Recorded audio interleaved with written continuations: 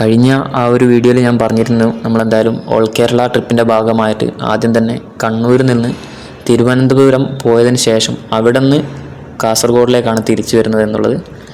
എന്തായാലും ഈ ഒരു ഫുട്ടേജിലൂടെ നമ്മൾ കാണാൻ പോകുന്നത് ശരിക്കും പറഞ്ഞു കഴിഞ്ഞാൽ നമ്മൾ വീട്ടിൽ നിന്ന്, അതായത് പേരട്ട മലയോര ഗ്രാമപ്രദേശമായിരിക്കുന്ന പേരട്ടയിൽ നിന്ന് ഇറങ്ങിയിട്ട് മലയോര ഗ്രാമപ്രദേശമായിരിക്കുന്ന പേരട്ടയിൽ നിന്നും വിട്ടതിന് ശേഷം എന്തായാലും ഞങ്ങൾ ഇരിട്ടി എന്ന് പറയുന്ന നഗരത്തിലേക്ക് എത്താൻ വേണ്ടി എടുക്കുന്നത് 20 മിനിറ്റോളം സമയമാണ്.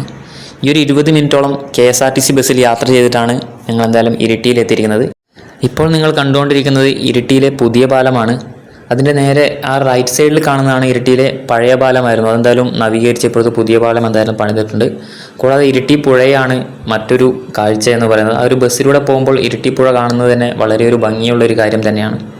എന്തായാലും ഇരിട്ടി ടൗണിൽ നിന്നും 1.5 മണിക്കൂറോളം യാത്ര ചെയ്താലാണ് കണ്ണൂർ റെയിൽവേ സ്റ്റേഷനിലേക്ക് എന്തായാലും ഞങ്ങൾ എത്തുക.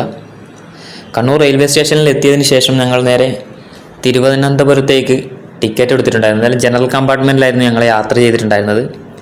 ഈ ഒരു യാത്രയ്ക്ക് ശേഷം നമ്മൾ എന്തായാലും രാവിലെ വളരെ പുലർച്ചെയാണ് തിരുവനന്തപുരത്തേക്ക് നമ്മൾ എത്തിയിരുന്നത്. അതുകൊണ്ട് തന്നെ ആ ഒരു ഫുട്ടേജുകളൊന്നും കവർ ചെയ്യാൻ എന്തായാലും നമുക്ക് സാധിച്ചിട്ടുണ്ടായിരുന്നില്ല. തിരുവനന്തപുരത്ത് എത്തിയതിന് ശേഷം തന്നെ നമ്മളെന്തായാലും ഒരു റൂം എടുത്തിരുന്നു. റൂമെടുത്ത് രാവിലെ തന്നെ നമ്മൾ വളരെ ക്ഷീണമായിരുന്നു. എന്തായാലും പിറ്റേന്ന് രാവിലെയാണ് ഞങ്ങൾ ട്രാവലിംഗ് ചെയ്യാൻ ആരംഭിച്ചത്. എന്തായാലും കോവളം ബീച്ചിലേക്ക് അതിരാവിലെ എണീറ്റ്, അതായത് 4:30 മണിക്ക് എഴുന്നേറ്റ് ഞങ്ങൾ നടന്നു പോകുന്നത്, അഭി നടക്കുന്ന ഒരു ഫുട്ടേജാണ് നിങ്ങൾ കണ്ടുകൊണ്ടിരിക്കുന്നത്.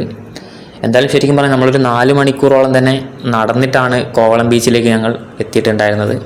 അടുത്ത വീഡിയോയിലൂടെ കോവളം ബീച്ചിലെ കാഴ്ചകളൊക്കെ ആയിരിക്കും നിങ്ങൾ വീഡിയോയിലൂടെ അപ്ലോഡ് ചെയ്യുക. എന്തായാലും ചാനലിലെ വീഡിയോ നിങ്ങൾ ആദ്യമാരാണെങ്കിൽ ചാനലും സബ്സ്ക്രൈബ് ചെയ്യുക എന്തായാലും മറക്കാണ്ട്.